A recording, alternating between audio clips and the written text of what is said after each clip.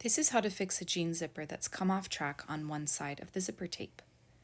First, you're going to remove 3 to 5 zipper teeth using a pair of pliers and a decent amount of force. Depending on your zipper head, you may need to remove more or less. Next, you're going to slide the zipper all the way down, and then you're going to slide the zipper back onto track. Now this needs to have one side that has zipper teeth and one side that doesn't have zipper teeth.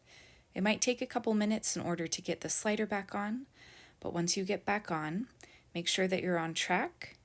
And now we're going to prepare a hand sewing needle and thread. I've quadrupled my thread, and I've also tied a knot on the bottom that I've hidden underneath the zipper tape.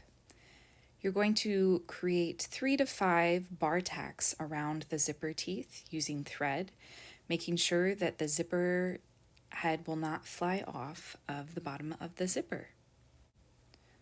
Once you feel like you have a secure bar tack, you're going to secure that thread by wrapping the thread around the needle a few times before pulling it all the way through to secure a knot. I like to do this on the front and the back, but I've only shown how to do it on the front in this video. Next, we're going to hide the thread tail by pulling it to the back of the zipper tape. And then once you get it through to the back of the zipper tape, you're going to clip those threads really nice and close so the thread doesn't get caught on the zipper head. After you've done that, check that your zipper goes up and down as and on track, and you've now fixed your jean zipper.